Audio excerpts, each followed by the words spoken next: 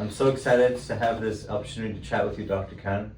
You're a recognized international sleep expert and a good friend and a colleague, and I'm very grateful to be able to have this interactive podcast with you, where we can hopefully bring out some of the top facts regarding concerns, questions, myths, and tips and tricks to help people with their sleep concerns. So thank you for your time today. Thank you for having me here.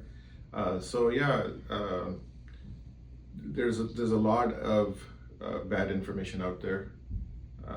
In the age of social media, I see all kinds of information put out by people every day, and it's very hard to tell if it's real or not, if it's credible or not. So yeah, let's talk about it. Okay, fantastic.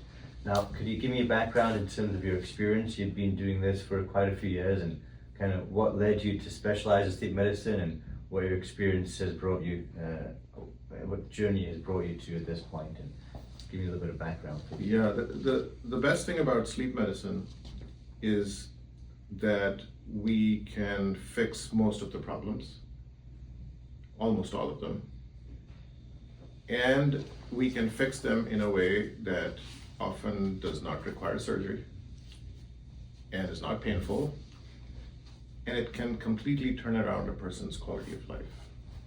Not just the quality of life in the short term, but in the long term, longevity and how well they are in their health. And that becomes more and more important as we go through what healthcare has been, and there are so many chronic illnesses that we deal with, and preventing them by focusing on sleep and improving whatever chronic illness somebody may have by making their sleep better is very rewarding. And to see it happen, that gives me the passion to keep working on it. I started my journey with pediatrics, and I'm so glad that I've had that background and experience of the entire lifespan of a person going through that. So I went from pediatrics to pediatric neurology to sleep medicine, and now seeing patients, birth to any age. We've had patients who are 97. So your clinic sees all ages? All ages. Children have sleep problems, and so do elderly and everybody in between. So It's all of us sleep, and not many of us think about a quality of sleep, especially in terms of seeing a doctor. We may get a blood pressure checked, but we're not often checking our blood pressure at nighttime. And a lot of physiology happens during that restful period, or supposedly restful period.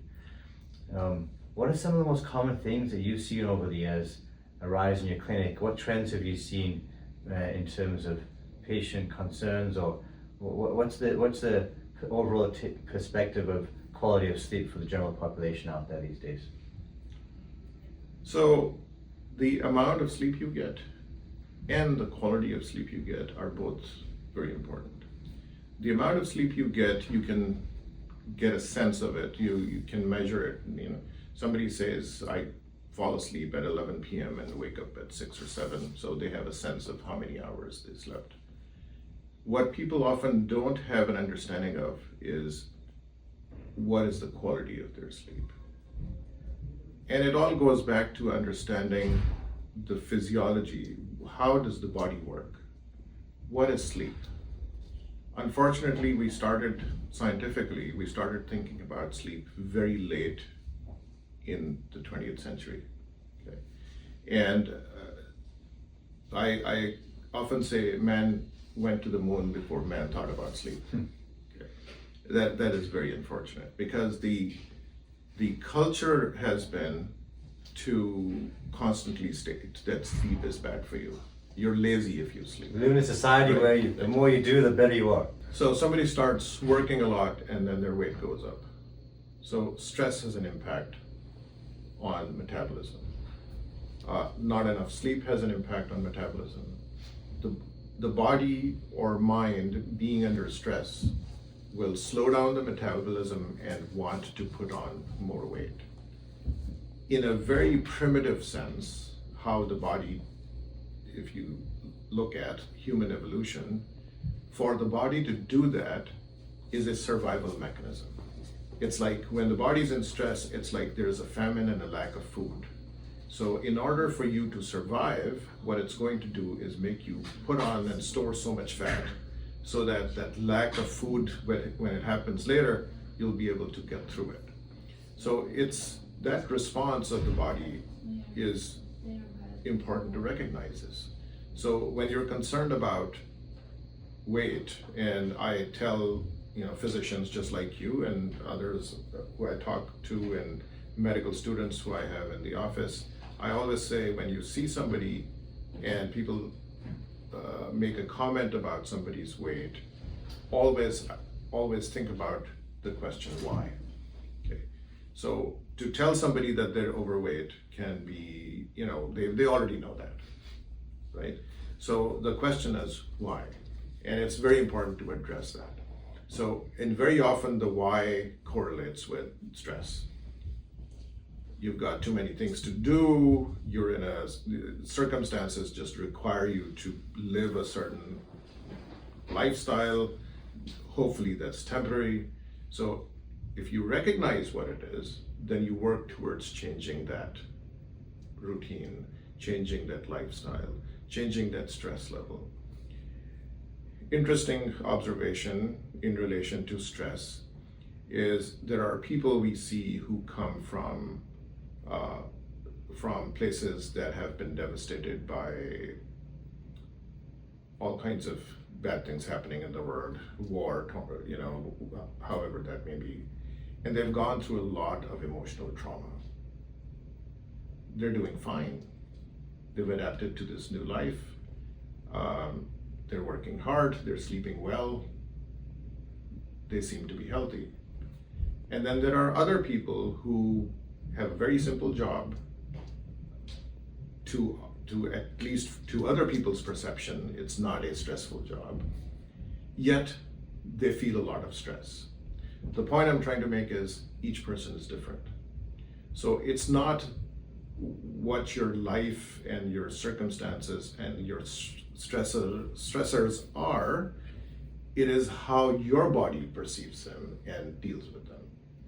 So if you recognize this is how your body is responding to whatever situation you live through, and you're having to deal with this stress, then the next thing to do is to find ways of de-stressing. There's probably genetic predisposition there's environmental factors, there's right. We're all social built factors. Differently, right? There's a reason why we adapt. So it's a matter of recognizing, and for the person who's affected, once they realize how their body's responding to whatever the circumstances are, then they have to take action to be able to manage that stress better. And so that's part of the treatments that we offer people in the office, and so there's a lot. I mean, just to make this clear, I mean, if someone's sleeping less than 5 hours a night, for example, how much cardiovascular disease risk or quality of life, what metric do you give people to say, hey, this is going to change your lifespan or quality of life? Where does the red siren start flashing for you if someone says they have low sleep? It's very hard to assign predictive value just because the human body has so many variable factors. Sure.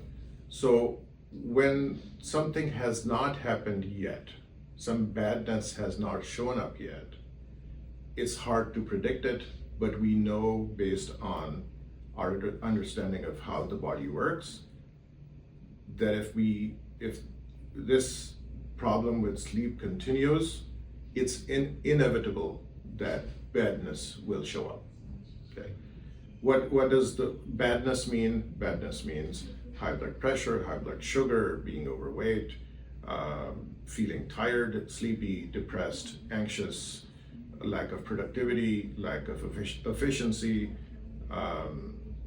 being prone to accidents, earlier onset of dementia, you name it. Okay. And then on the other side, which things that we often ignore in medical conversations, libido and sexual function. Okay, so every aspect of the human body gets affected. So it's, let's say I see a 20-year-old, generally healthy person who's not sleeping enough and has poor quality of sleep. Can I predict that 10 years from now they're going to have XYZ problem? Very hard to do.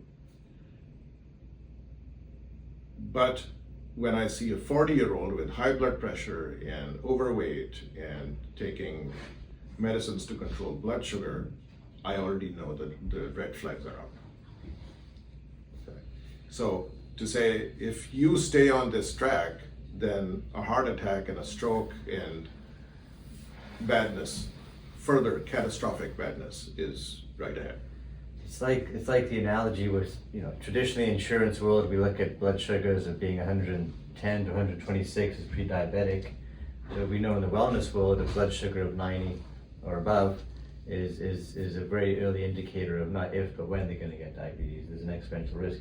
And you're seeing these, you're seeing truly that there's markers in terms of blood pressure, blood sugar, maybe their appearance, their weight, of how you can sense someone's quality of sleep. For the general population, we have a physical every year. As a sleep specialist with a non-biased opinion, it doesn't make sense to do a sleep evaluation as part of a routine physical for the adult population, or even the pediatric. I agree. The general physical that people have on a yearly basis is very, very basic. And understand that healthcare at the present time, as it is practiced in the States, which is supposed to be the best in the world, more or less is 20th century healthcare. Okay. In comparison to what? In comparison to how technology has progressed, how science has progressed, how much we know more about health and longevity and quality of life. So why are we not applying that to everyday healthcare? Why is it that the markers that you talk about, biomarkers, are not checked on a regular basis? So it reminds me of a conversation I had with a patient yesterday. This gentleman was concerned about his memory, and he has some sleep issues, and he's relatively older. And so the question was, is there any way to predict whether he is going to develop Alzheimer's dementia? It's absolutely the number one concern nowadays. Right. Yeah. So there are biomarkers. Well, why is healthcare not a step ahead in preventing and slowing down major health problems as compared to just identifying them and treating them when they happen? That's the big problem that I struggle with, right? And that's our job, you and me, in how we are trying to help people, is when we look at somebody, when we see somebody, how we can identify what kinds of problems they're at risk for, and to stop those problems from happening in the first place, before they get sick, before they get high blood pressure, before they have diabetes. Because once they have it, then the pharmaceutical industry will make a lot of money off of them. But they've already had problems happen, and it's very hard to cure them. But we could have prevented them or delayed them from happening. So increasingly, going back to the biomarkers, I'm really excited that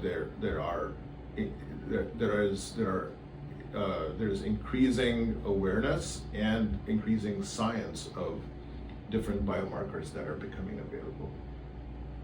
It's the cutting edge of medicine. Not everything has very high predictive value at the present time, but that's where we're going. Very cool. Personalized medicine is coming.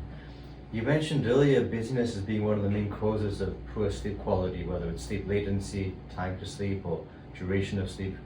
And we think about the body in terms of the gas and the brakes, the sympathetic and the parasympathetic system.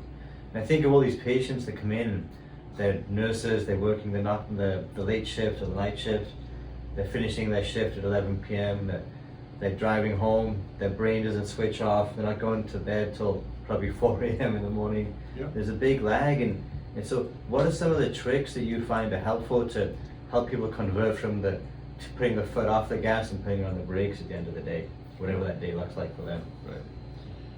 So a great example, and that there are similar examples, real life examples. The issue is how from going from being very busy to going into that sleep mode of a calm, peaceful, quiet mind. How do you go from this to this? So I describe that as just like a light switch. There's a switch that flips on and off, and for some people, they're very fortunate that they put their head down and the switch comes on and the body automatically switches off. For a large number of people, which can be, as people say, up to 40% of the population struggles with it, it's a question of how we're going to go from this to that. So first, it requires the awareness. You need to do this. So after your late night shift, you're not going to go home and play on your phone and watch TikToks until your mind switches off. You're not going to go home and have a glass of wine and smoke a cigarette and then have a high sugar snack and then want to go to sleep. So you have to have the awareness of what is it that you need to do to have that calm, peaceful mind that will have you go to sleep, go from work to maintenance, so that the maintenance will allow you to work the next day. So I mentioned several factors, right? So diet, exercise, de-stressing earlier in the day, and then there are mental techniques. Once you are in bed, before you're in bed, there are things you can do. For some people, taking a hot shower or a bath will help. For some people, stretching exercises before going to bed will help. Having a calm, cool environment when you go to bed, that's helpful. So that preparation for bedtime may be important for some people. And once you are in bed, then you can use mental techniques we teach in my office as part of the treatment for insomnia that you can use, such as counting your breath backwards. Well, what does backwards have to do with it? These are all based in the neuroscience of how the mind works. So call them mind hacks. So counting your breath backwards from a number, how many times so what you're in fact doing is you're focusing on something physiologically critical to your body and your mind. Your mind gets away from, there's going to be a storm tomorrow and it's going to get cold or blah blah, whatever is going to happen, and I have to drive to work 60 miles away, to what does my body need immediately now, which is breathing. Similarly, paying attention to what makes you happy and comfortable. We call it your happy place. Paying attention to simple things like how do your palms and soles of your feet feel at that moment. It takes a few seconds. Just the question, how does it feel? What that does from the scientific basis is that when you think about how your palms feel, your hands have a huge representation in the brain for sensation on the surface of the brain. And when you pay attention to both hands at the same time, that means you're utilizing that large surface area of the brain on both sides. That prevents the brain from being busy doing other things. So things like that. So I continue to emphasize de-stressing, and de-stressing during the day becomes really important because all those chemicals in your body that are related to stress, such as cortisol, they accumulate throughout the day, and you can't just instantly get rid of them. Just like you can't instantly get rid of the nicotine or the caffeine or the alcohol that are acting as stimulants in your body. I can't tell you how many people I see who will come and tell me when I ask them, what is it that they do before going to bed? And the answer is one of those things. I have a cup of coffee after dinner. I start drinking wine with my spouse at dinner, and we finish just before bedtime. I have to have a cigarette before I go to bed, and they never paid attention to these simple things. So there's a lot so it comes from, first of all, recognizing what's important and then finding ways to do it. Very cool. I'm going to ask you a few top tips, so just throw out some basic concepts and maybe you can just give me your 2 cents on them and tell me what you think. Obviously, for example, you mentioned mouth taping earlier. It's a trend. It's on TikTok.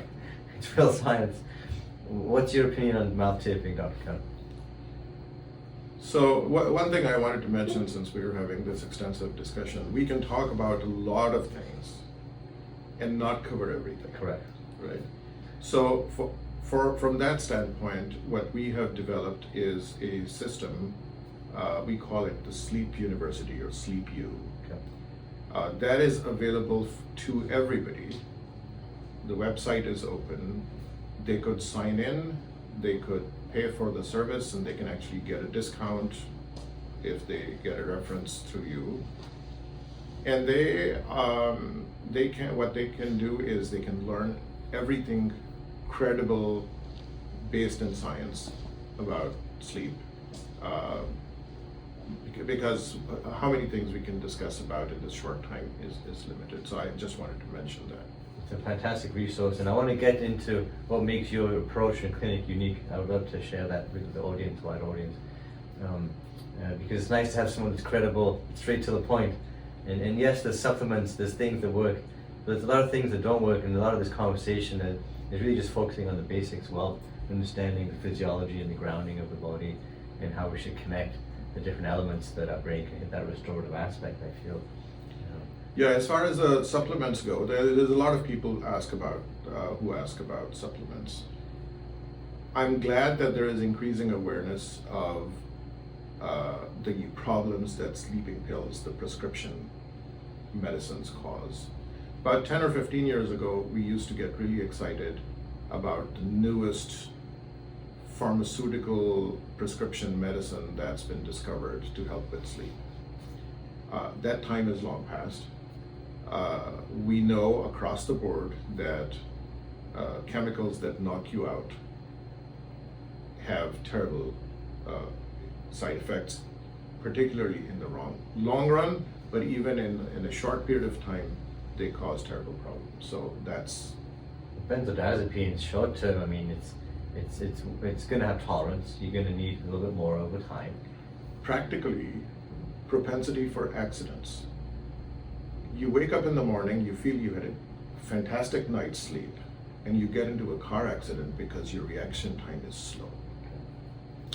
We talk about, just like people who have a couple of drinks and they don't think they're drunk and they go drive and have an accident because they don't recognize that problem.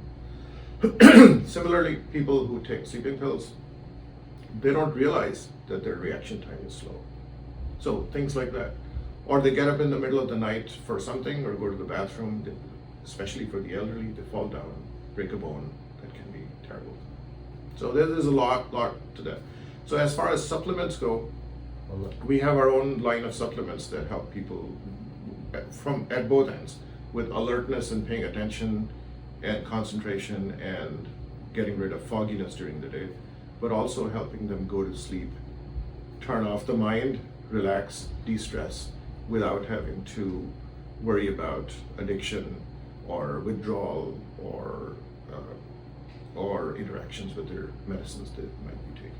So those are available on Amazon, so that's very cool. easy. And then through this conversation, then again, people can get a discount code for that. So that's another aspect. We'll definitely include that link in this video.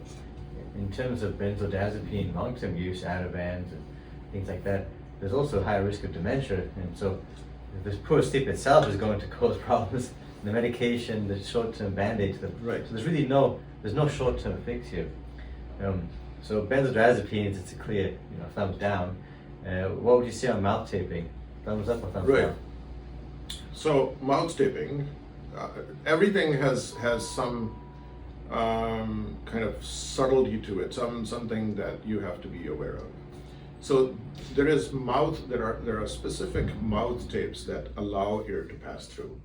Okay, so what they're basically doing is keeping keeping your jaw up primarily, and they may not be so harmful. Not so harmful. So my basic concern about mouth taping has to do with something I mentioned earlier in this conversation, that the body primarily is designed to breathe through the nose when you're sleeping. And when the nose is not working, the backup breathing mechanism is your mouth. You tape your mouth shut and your nose is not functioning, how else are you going to breathe?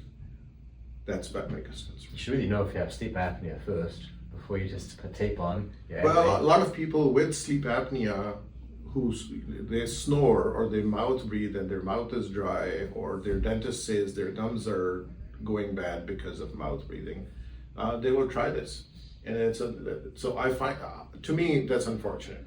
Okay, it's a misunderstanding of the concept of how we breathe. It's not correcting the problem. Not correcting the problem and potentially making it worse. And pediatric mouth taping is not really something we should be even thinking about. That to me is scary. Right. Okay, a child, an adult, if they're having a problem, they recognize it, they will stop doing it. For a child, it's very hard. Right. So don't do it. Okay. Melatonin, thumbs up, thumbs down. Melatonin is not a sleeping pill. End of story. I think excess melatonin is causing the opposite problem. It's disrupting it. So then again, just like anything else, there's a lot of detail to it. So melatonin is not a sleeping pill. Its job is to regulate the clock built into the brain, that the body follows that clock for day and night cycles to make you sleepy when it's dark at night. That's its purpose. It can be used for regulating your circadian rhythm, your day and night rhythm. It can be used when you have jet lag, especially when you fly east from where we are, west, going eastwards. So if somebody from California goes to New York, goes to Europe, it's great to take melatonin when you arrive in the new location. When you live where you live and you have trouble sleeping, melatonin is not the answer. So that's, on the reverse side, you take melatonin, sometimes people have nightmares. Sometimes they will wake up in the middle of the night, unable to go back to sleep. So you take melatonin at 9 p.m., you go to bed at 9:30, you wake up at 2 o'clock and you can't go back to sleep. Or you wake up in the morning and the melatonin is not yet metabolized, broken down by your body, and you still have high levels of it in your system, which is telling your body it's still nighttime and it's time to be asleep, so you're groggy. Then again, the concern, you wake up, you start doing what you're doing, you force yourself, you drink a cup of coffee to get going, and yet your brain's not and your body are not ready to be awake. So, not a good idea. And on the testing that we're doing, we're seeing a lot of people have poor quality sleep, and they take more and more melatonin, and their levels are just higher and higher. It's like taking B12, hoping they get some energy eventually. The body doesn't respond well at all. So on that subject, the body normally, in order to regulate the sleep cycle and our what's called a circadian rhythm, produces 1,000th of a milligram of melatonin. The standard over-the-counter pill for melatonin is typically 3 milligrams. If you look for a less strong one, you'll find a 1 milligram, usually labeled as a child's dose. Quite often it's higher, 5 milligrams or something. So if you at all take melatonin, take the smallest amount possible. What is your favorite supplements then? What are some of the ingredients that you really like to recommend? So our most popular supplement, that's called Relax Plus, like I said, it's available on Amazon, has a combination of ingredients that are all natural, that have been shown to calm down and relax the mind. Individual ingredients of those can also be taken. If you wish to just buy those on your own, you can. Some of those that work really well include the amino acid L-theanine, starts with the capital L dash theanine. Then there is the product called ashwagandha that comes from Indian ancient way of medicine that helps relax the mind. That has pros and cons. Some people say it actually activates their mind. Some people say it relaxes them. So you have to see how that works for you. And then there are other ingredients. There's GABA, and there's passion flower. So multiple different ingredients. These are all botanical, natural things. All natural things that don't typically interact with pharmaceutical medicines, don't make anything worse, not good or bad for people with other health problems, not addictive or dangerous, or anything you take too much of could cause you a problem. So there's a standard dose that's considered safe and effective, which we advise people to take, which is typically 1 or 2 capsules at bedtime. There's no grogginess in the morning, there's no tolerance, there's no long-term side effects. These are all restoring that sympathetic and parasympathetic balance. And that all said, I will always tell people that they should not depend on a chemical. Sleep is a natural process the body needs and is designed to do. And if it's not working, then we make it work. We learn, we train our minds, we make changes so that we can retrain our mind to sleep and sleep well. That is always the primary goal. Now, if you're taking, say, Tylenol PM or Benadryl, so the ingredient in Benadryl, which is diphenhydramine, has been shown to shrink the size of the brain after 2 years of use. Studies have shown already. So terrible for your brain. So unfortunately, it's available over the counter as a sleep aid in many different forms. Advil PM, Tylenol PM, Benadryl by itself, and so many different names. So people should completely stay away from those. So these natural ingredients that don't have those terrible effects on the brain are helpful, but only when you need these over the short term. That is the best thing. These are any kind of chemical, absolutely anything you depend on for 5 years, 10 years, 15 years, because these problems, if somebody has a tendency to have insomnia, they tend to have this over many year time span. So look ahead and say, this is not something I want to do forever. But in the short term, there's particular situation or circumstances or things that say you're traveling, you're staying in a hotel, or whatever, you're really busy with something and you need to help your mind calm down, relax, and take something, then that something should be a natural over-the-counter supplement and not one of those drugs.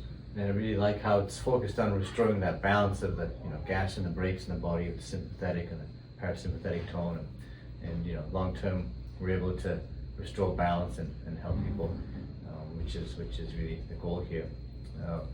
So in terms of supplements, It's a wonderful botanical ingredient so that it can be customized for individuals. What's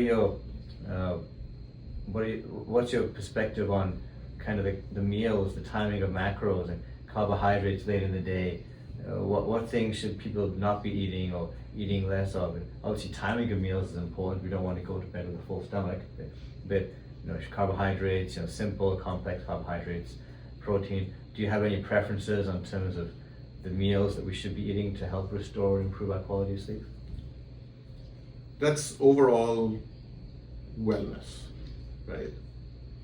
What you have for breakfast, lunch, or dinner, what are the ingredients? Natural, organic, more protein, less starch, what kind of starch, no sugar, what kind of fat. So that's a whole aspect of being a holistic approach, having a holistic approach, a whole person approach. Daytime affects nighttime, nighttime affects daytime. That said, when you go to bed, falling asleep is easier if your stomach has a fuller feeling. What that means is you can have a bedtime snack. That snack is preferable to be a complex starch. Not fatty, because that may give you heartburn. Not sugary, because that will make it be a stimulant. It'll wake you up, it'll give you a high and low, a very sharp rise and sharp fall, and that's not going to be helpful. And as I mentioned earlier, stay away from the chemicals in your diet that can trigger alertness or too many awakenings during the night. Alcohol being one of them, that it may make you sleepy at first and then it causes a lot of awakenings. And as I said, fragmentation of sleep is terrible. What are some of the things that make your clinic's approach unique? You pioneered sleep medicine, I feel, and you serve markets in the US and overseas. You have a global perspective of sleep. What are some of the things that have made your approach in terms of therapies or treatments or devices, more powerful and innovating for helping people sleep more effectively with the challenges of this complex modern world? The biggest part is understanding what I always say, the why, right? We know there's a problem. We know something is really important. We know sleep is the most important thing in maintaining health. So if somebody wanted to function at their best, they would sleep well, they would exercise, and they would manage their nutrition well. All three, and obviously that goes along with lifestyle and being able to de-stress, right? So if that whole cycle is complete, then we are going towards a healthier, better quality of life. So from my perspective, when I'm dealing with sleep, first of all, I'm not just dealing with sleep. I'm dealing with what happens to you during the daytime, which then again turns it into a holistic aspect of things. So my question always is, if I'm trying to help somebody, I have to identify what is the problem and why is it happening and address that. And in doing all of this, I then need to collect the most accurate data that I can. So some people have a sleep test, for example, in a sleep lab, which we have a lab here. So they go sleep there overnight and we collect data. Some people have a test at home. We have a high-tech device, little tiny device that they wear, either like a watch or a fingertip device connects to their phone. So we collect data that way. We have the medical sleep tracker, so they wear like device like a watch that measures their body activity and their exposure to light being important because that controls our day and night rhythm and so on.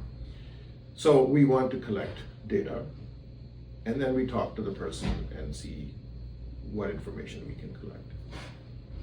And once we have a good idea of what is happening and why, then we find the the best modalities we can find and not limit ourselves to what corporate healthcare limits us to.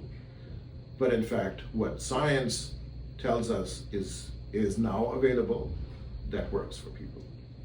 So we find and we test and we use these devices.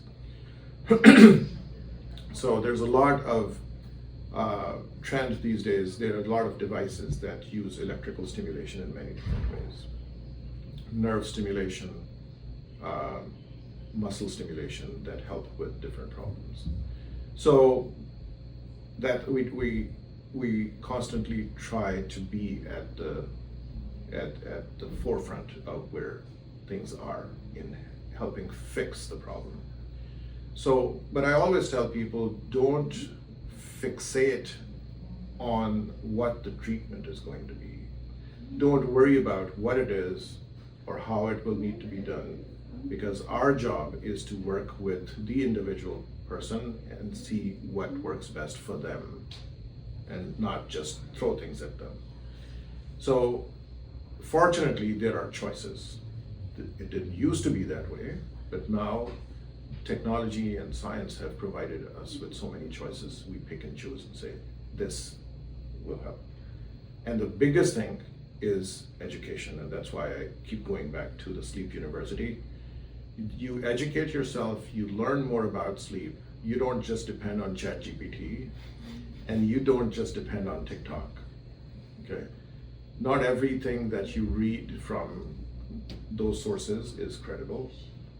So go to a credible source that is based in science from somebody who has worked in this profession and this line of work for many years. And so that's why we've created it. In terms of the needs to evolve sleep medicine and the future of what we need to do to improve, we know that sleep is paramount to balancing gut health, mental health, thyroid, adrenal, sexual. Sleep is the foundation to it all.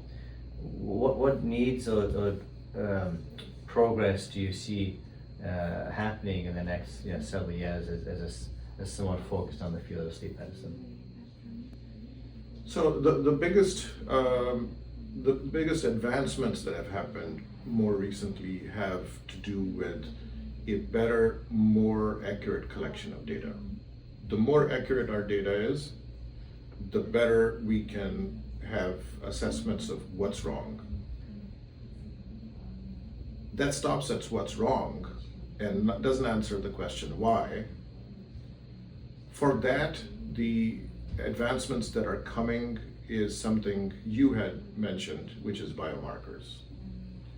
Markers of problems that may happen, are developing, are likely to happen, and we can point them out and prevent them from happening. That's where we're going. We're seeing a big increase in the number of people interested in peptides or taking peptides, whether it's like oral or injectable versions. Some growth hormone analog boosters such as CJC or hypermerilin and other things will help promote growth hormone release, help deep sleep. There's also a peptide, it's called DSIP, delta sleep-inducing peptide. My opinion of that is wishy-washy. Have you had any experience with that? What's your take on that? With a lot of those peptides that are available or becoming available or available in kind of a gray market, like they're being used for research, but you can still buy them. There is not enough evidence to say they actually work or they're not harmful. Because that's, in the field of medicine, our biggest concern is whatever we do to help somebody, we don't want to harm them, right? And so we always weigh the pros and cons. We can do this, but there's a risk of that happening. How big is the risk? How much is the benefit? So that weighing of risk and benefit has not happened yet for many of these things. So I'm not big on peptides at the present time. With growth hormone and for some people testosterone injections and supplementation and other hormones, my other concern is how they affect the brain and how they affect the ability to sleep well, soundly and deeply. So that's something that should be considered when people go for these compounds being injected or taken. I would love to make it a standard of care in modern aesthetics. We have a modern reset program, and ultimately we look at all the fundamentals that make us thrive. We want to look at sleep, we want to look at nutrition and physiology of the different systems in the body, and ensure that men and women can maintain their ideal body composition, their ideal energy, that ultimately set them up for a better quality of life as they go through the aging process. And having a good grasp of sleep, I think, is required. It's not optional. And I really like to make it a standard of care that when patients come into this office for a modern reset evaluation or a wellness evaluation, they're getting their own, wellness physical. They're getting a sleep evaluation from an expert like yourself.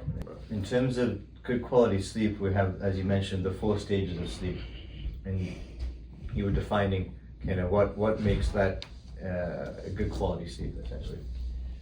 The primary determinant of good quality sleep that you would feel rested in the morning has to do with how many awakenings you had during the night. So how fragmented your sleep is. Fragmentation seems to determine how you feel the next day. So that fragmentation or bits and pieces of sleep you may or may not be aware of. For example, if you can't breathe well, your oxygen level keeps dropping and the body keeps waking you up for a second or 2 at a time. You're not aware of that awakening, but that fragments your sleep. Similarly, if you have things on your mind, you're very tired, initially you fall asleep, and then your mind wakes you up and it wants you to think about things or problem solve or whatever is happening. You wake up, you toss and turn, you go back to sleep. Or you have, say, aches and pains, your hip hurts or your back hurts, and you keep tossing and turning. That's fragmenting your sleep. That tends to be the biggest issue that results in symptoms people can feel. People tend to pay too much attention to whether they have REM sleep or not. And in the public perception, it often is that REM sleep is deep sleep. In fact, REM sleep is almost like being awake. So REM sleep and deep sleep are 2 opposite things. In REM sleep, when you dream mostly, your body is more active, your metabolism is higher, your oxygen demand is higher, blood flow through your brain is higher, your heart's beating faster. When you're in deep sleep, metabolism slows down, your body wants to lose heat, so it's your muscles relax and loosen up and so on. So they're metabolically completely different phases. All of it is necessary.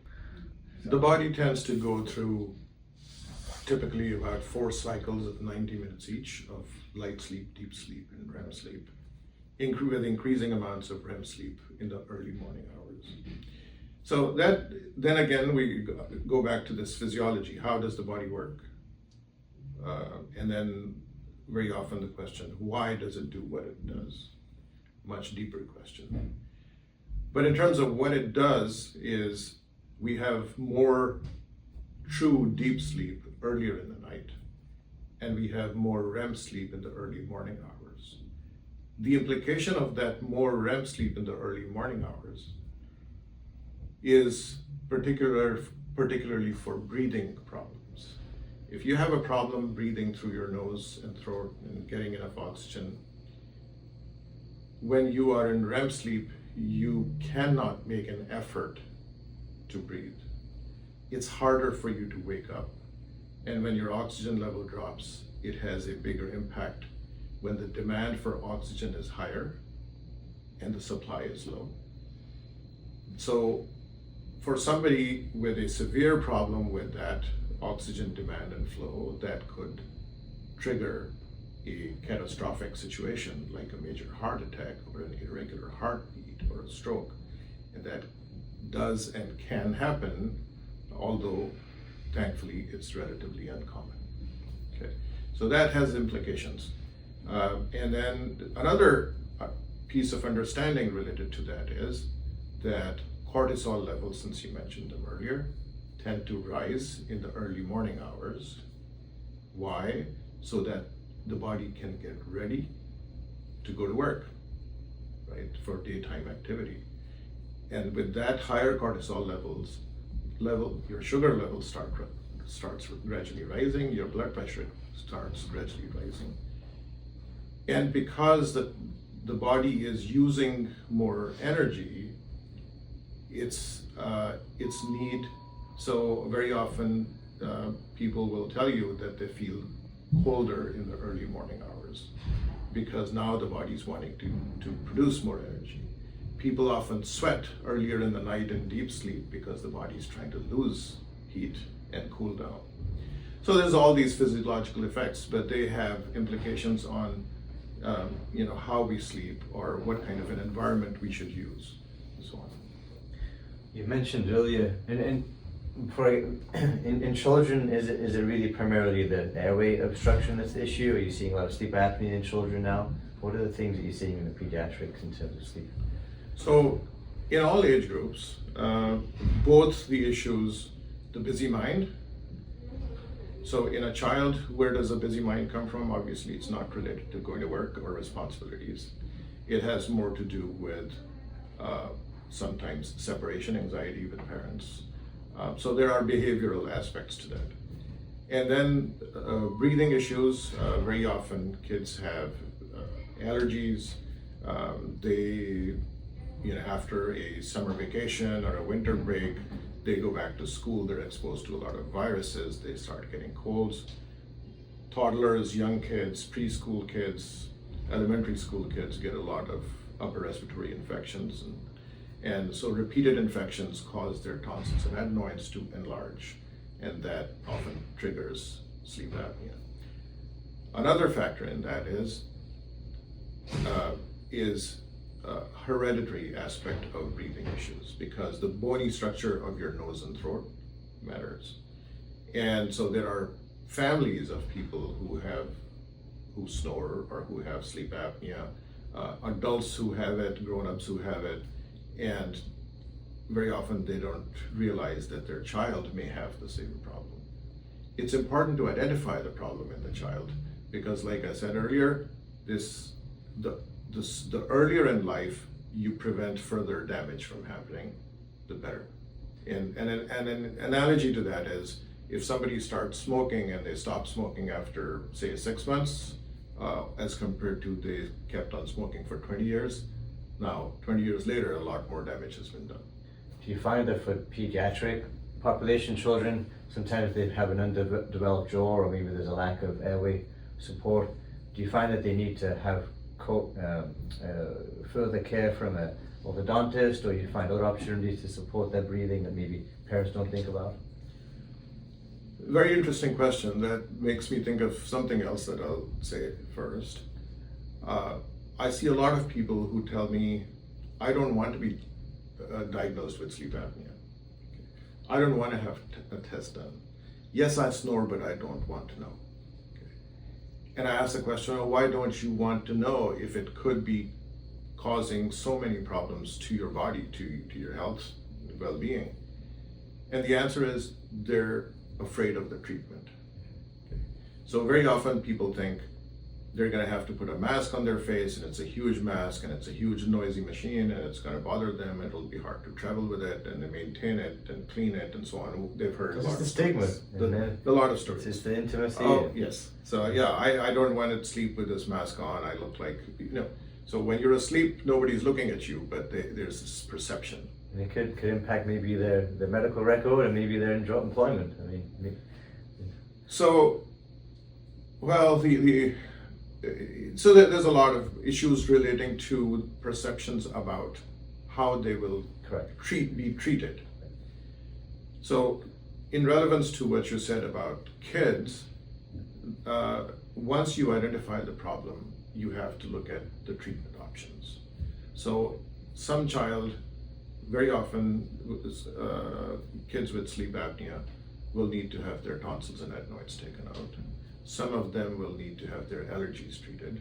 Some of them have a narrow roof of the mouth, the palate, and that will need expansion. So they will need to see their orthodontist.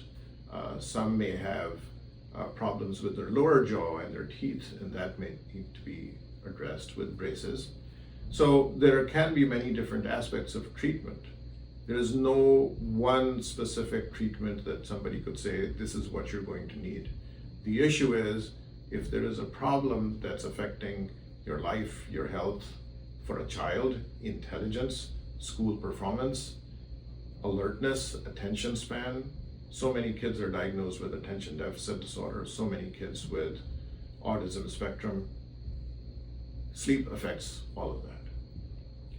So if they're snoring and the doctor says or their teacher says the child's not paying attention in class, those two things go together. It's a negative cycle. Is that weight metabolism slows down, that weight goes up, and it just kind of compounds itself, the problem. So yeah, you brought up the weight issue. Why does the weight go up when somebody does not sleep well? If you observe people around you, if you observe people in the community, you'll see that somebody got a new job that requires them to work, say, 12 hours a day. 6 months later, they've put on a lot of weight. It's truly a pleasure to meet someone that has a great passion for people's quality of sleep and bringing science with innovation for the community. And I'm very excited to be able to share the presence of you in the community, even though you don't really need it. But I'm very honored and grateful for this opportunity to chat with you, to have one-on-one time, and to hopefully let other people learn about how important and life-changing good quality sleep can be for a health and wellness journey. So thank you very much. Thank you. Thank you for having me here and giving me the chance to discuss this subject with you. It's a very big subject. There's a lot of things to talk about. And my message to people is you should educate yourself, learn about sleep, learn what it's all about, how it works, basically a better understanding of how your body works will help you be healthier and live a healthier, longer life. And if you need our help with anything, we're here. So thank you for this opportunity. And we'll have information in the link below. Thank you, Dr. Khan. Thank you so much.